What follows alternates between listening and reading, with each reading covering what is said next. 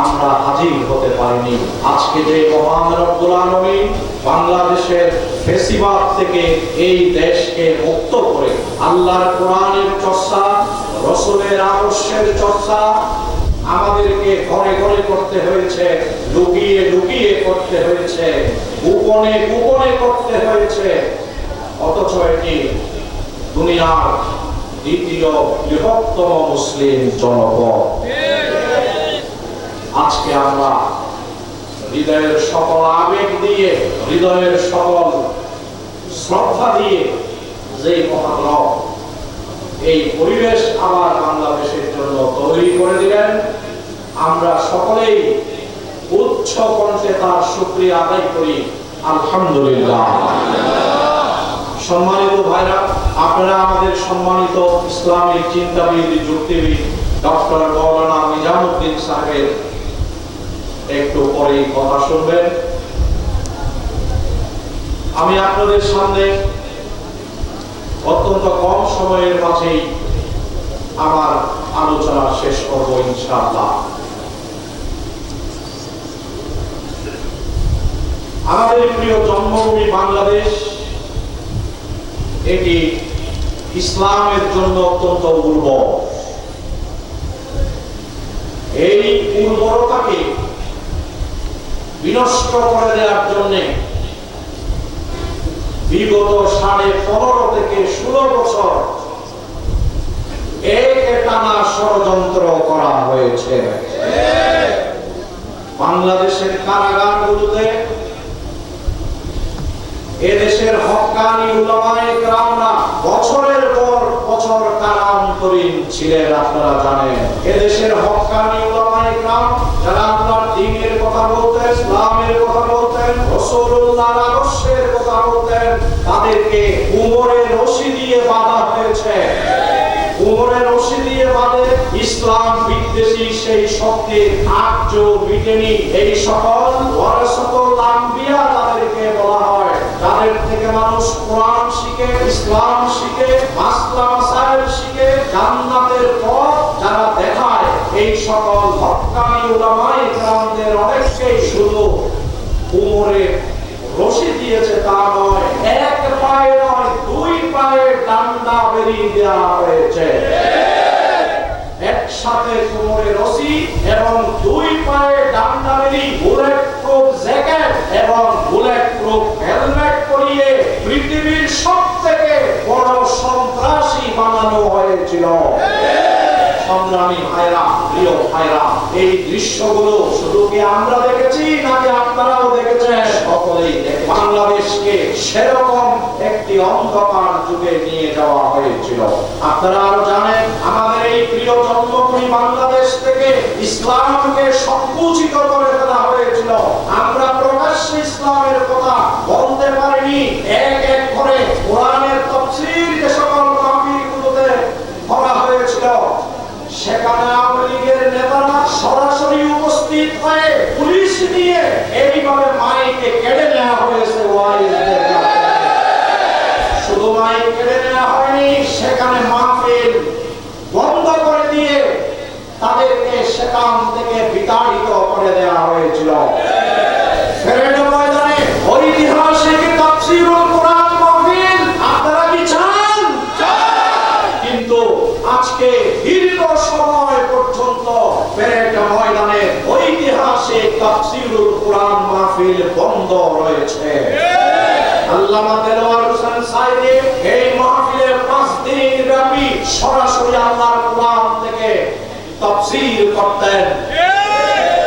এমন কোন মাহফিল যায়নি, মাহফিলের এমন কোন দিন যায়নি যেদিন আল্লামা সাইদির কোরআনের তাফসীর শুনে একাধিক লোক অমুসলিম ইসলাম গ্রহণ করে নিয়ে এরকম একটা দিনও যায়নি। আজকে সেই প্যারেড ময়দানের ঐতিহাসিক তাফসীরুল কোরআন মাহফিল বন্ধ করে রাখা হয়েছে দীর্ঘ সময়। আমাদের সম্মানিত প্রধান আলোচক চট্টগ্রাম বিশ্ববিদ্যালয়ের পতিত দশা শিক্ষক আমাদের অত্যন্ত প্রিয় ডক্টর নিজামুদ্দিন ভাইকে আমরা মাহফিলের পক্ষ থেকে স্বাগত জানাচ্ছি। আমি বলছিলাম আমরা 1.5 যুগেরও বেশি সময় ধরে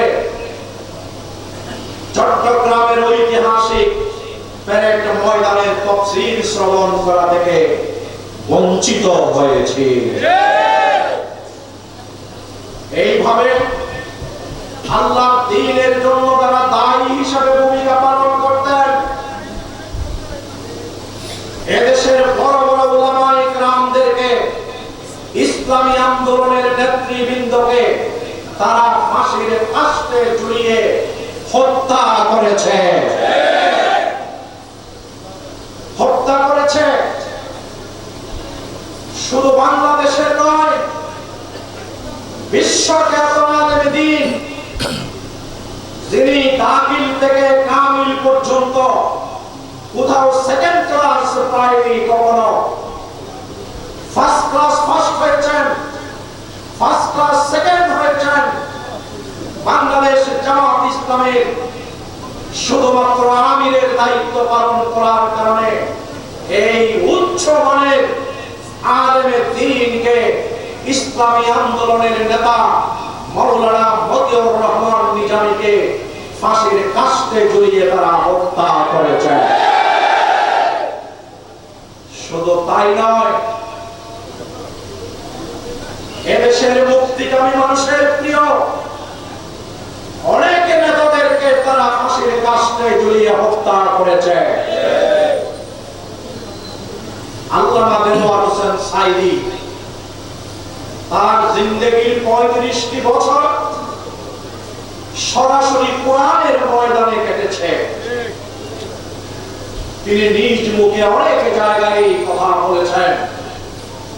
সরাসরি কোরআনের সাথে কোরআনের ময়দানে দুনিয়ার বিভিন্ন দেশে দেশে তিনি আল্লাহর কোরআন থেকে তাফসীর করে বেরিয়েছেন।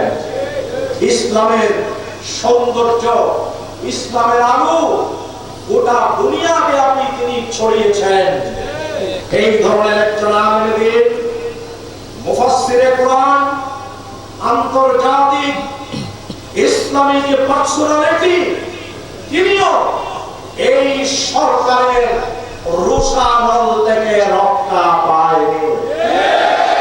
আমি জানি না আপনাদের মনে আছে কিনা, আল্লামা দেলোয়ার হোসেন সাঈদীকে গ্রেফতার করা হয়েছিল ধর্মীয় অনুভূতিতে আঘাত দেওয়ার কারণে গ্রেফতার করা হয়েছিল।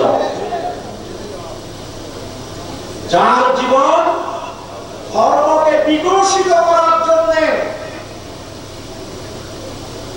ধর্মীয় দর্শন তুলে ধরার জন্য, আল কোরআনের জন্য যার জীবনে কেটেছে, তিনি নাকি ধর্মীয় অনুভূতিতে আঘাত দিয়েছে।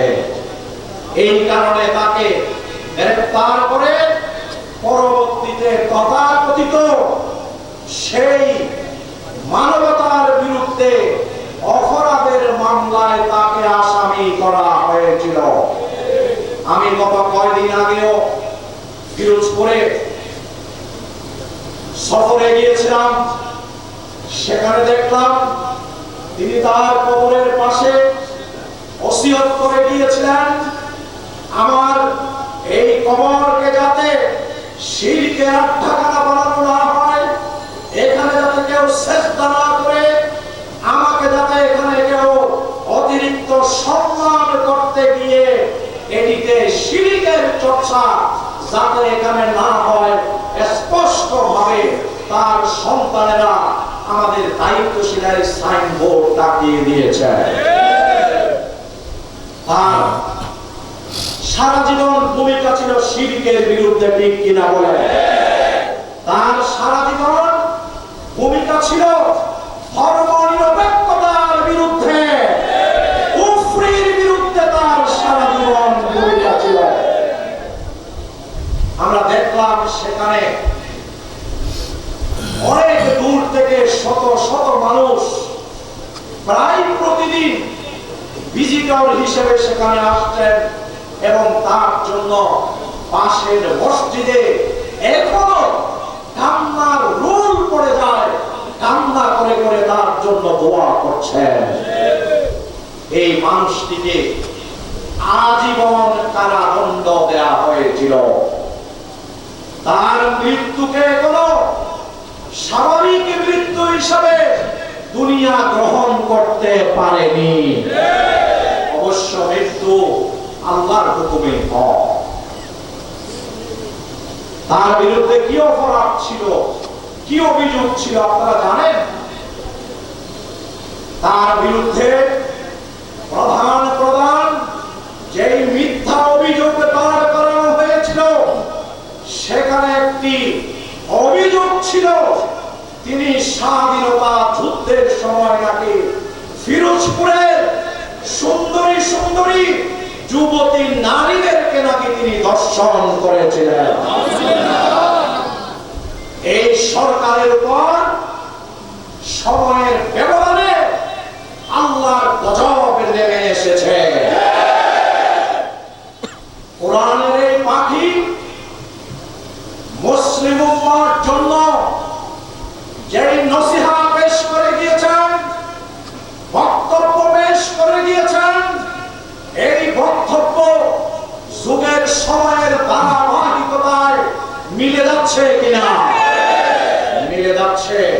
তিনি বলেছিলেন, যারা কোরআনের তাফসীর বন্ধ করছো, যারা আল্লাহর কোরআনের মাহফিল বন্ধ করছো, এমন একদিন আসবে তোমরা পালিয়ে থাকার জন্য কোন ইঁদুরের গর্ত তোমরা বাংলাদেশে পাবে না।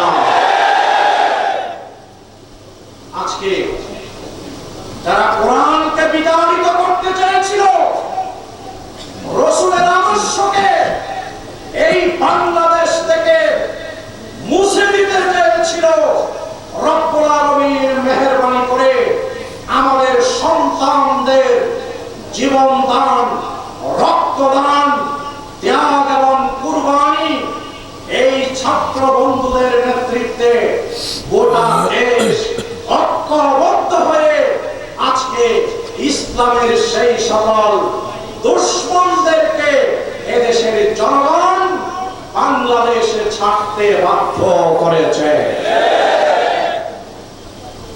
আমরা কি অপরাধ করেছিলাম?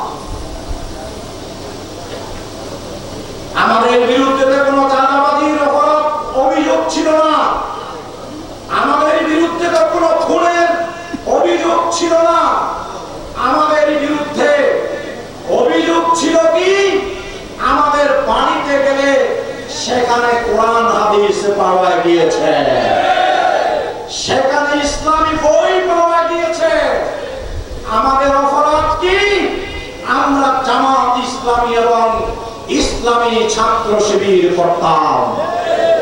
আজকের ঢাকা বিশ্ববিদ্যালয়, সেখানে অনেক নামাজি ছেলে মসজিদে গিয়ে নামাজ আদায় করতে পারেনি, অন্য জায়গায় নামাজ আদায় করতে হয়েছে।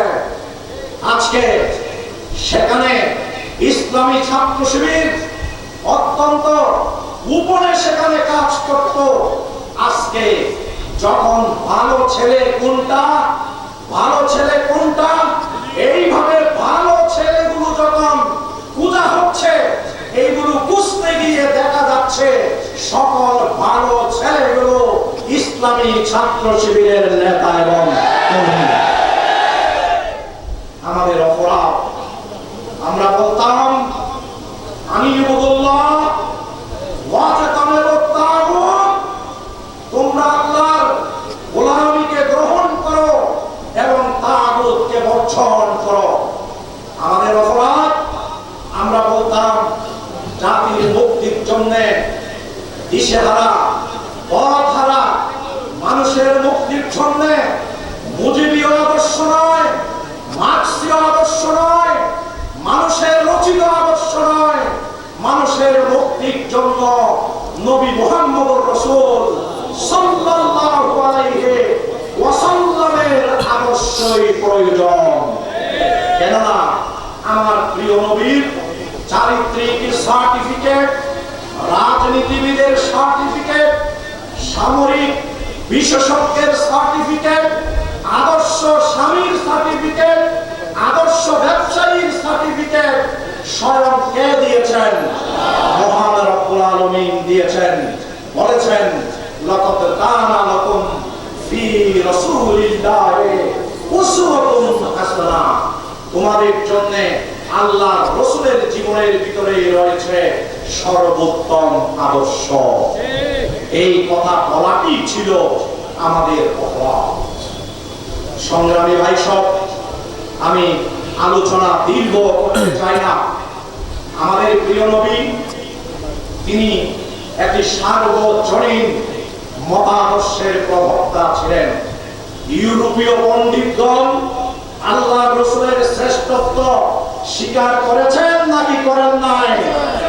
ভারতীয় পণ্ডিতগণ আল্লাহর রাসূলের স্বীকৃতি দিয়েছেন, শ্রেষ্ঠত্ব মেনে নিয়েছেন। অমুসলিম দার্শনিকেরা আল্লাহর রাসূলের শ্রেষ্ঠত্ব মেনে নিয়েছেন, ঠিক কিনা বলেন? আজকে আমাদের এই প্রিয় নবী, তিনি কোন এলাকার নবী ছিলেন না, তার টেরিটরি ছিল সমগ্র দুনিয়া। ইন্নী রাসূলুল্লাহ ইলাইকুম জামিয়া। তিনি সমগ্র পৃথিবীর জন্য, মানবতার জন্য তিনি কিয়ামত পর্যন্ত আমাদের রাসূল হয়ে থাকবেন। কেননা তারপরে আর কোন নবী কি আসবেন না? আর কোন নবী আসবেন না। কেন আসবেন না? তিনি এমন নবী ছিলেন যেই নবী সকল বিষয়ে তার সুন্নাহর মাঝে, তার প্র্যাকটিক্যাল জীবনের মাঝে আমাদের জন্য বাস্তব নির্দেশনা দিয়ে গিয়েছেন, ঠিক কিনা বলেন? এমনকি প্রশ্ন করতে গেলে কোন সুন্নাহ, কোন কায়দায় যেতে হবে সেটি পর্যন্ত আমাদের সামনে তিনি দেখিয়ে দিয়ে গিয়েছেন। এবং আল্লাহর রাসূলের উদ্দেশ্যে দ্বীনকে পরিপূর্ণ করে কোরআন আয়াত নাযিল হয়েছে কিনা? আল ইয়াউমা আকমালতু লাকুম দীনুকুম ওয়া আতমামতু আলাইকুম নি'মাতি ওয়া রাদিতু লাকুমুল ইসলাম দীনা। তাহলে কি নবুয়তের কোনো প্রয়োজন আছে? যার কারণে আমাদের প্রিয় নবীর মাধ্যমে নবুয়তের সিলসিলা, রিসালাতের সিলসিলা বন্ধ করে দেওয়া হয়েছে। সুতরাং আমাদের এই প্রিয় নবী এটি গোটা দুনিয়ার জন্য এসেছিলেন। তাকে কি বলা হয়েছে? রাহমাতুল লিল আলামিন বলা হয়েছে। গোটা আলমের জন্য তাকে রহমত হিসাবে আল্লাহর তরফ থেকে সার্টিফিকেট দেওয়া হয়েছে।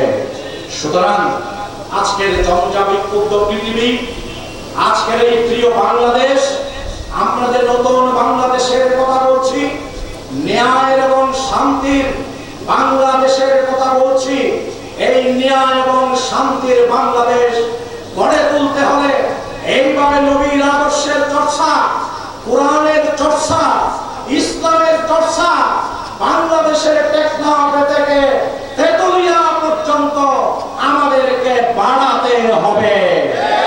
যারা ইসলামকে বিদায় করতে চাইছিলেন, আমরা চ্যালেঞ্জ ঘোষণা করছি। রব্বুল আলামিন যেভাবে চ্যালেঞ্জ দিয়েছেন, কি চ্যালেঞ্জ দিয়েছেন? ইউরিদুনা লিইউতফিউ নূরাল্লাহি বিআফওয়াহিহিম ওয়াল্লাহু মুতিম্মু নূরিহি ওয়ালাউ কারিহাল কাফিরুন।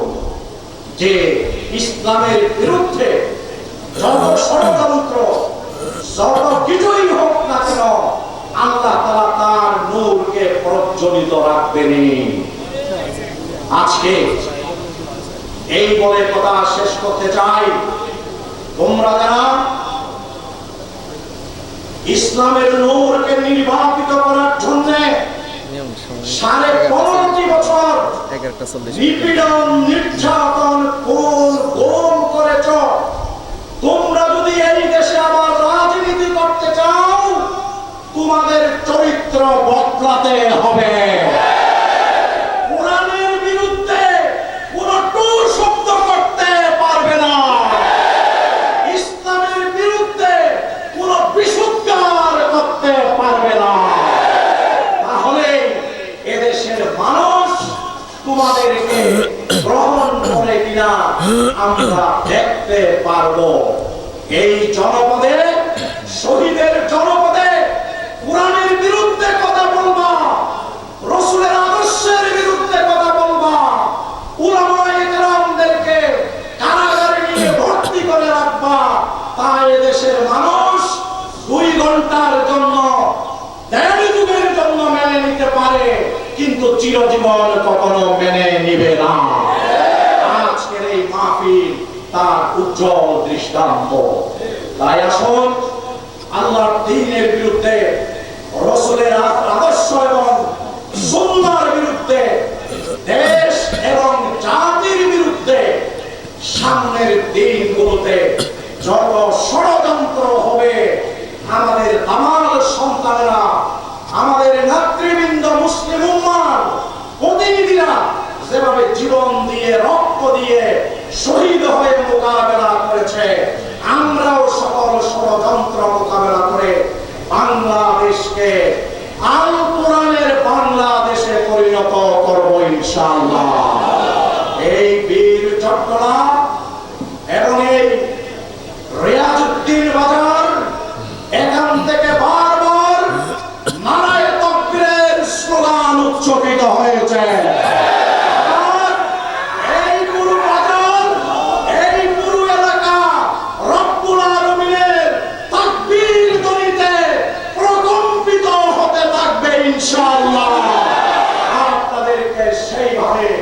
সামনের দিনগুলোতে ভূমিকা পালন করবার উদাত্ত আহ্বান জানিয়ে দোয়া চেয়ে আপনাদের সকলের জন্য মহান রবের কাছে দোয়া করে আমি আমার কথা এখানেই শেষ করছি।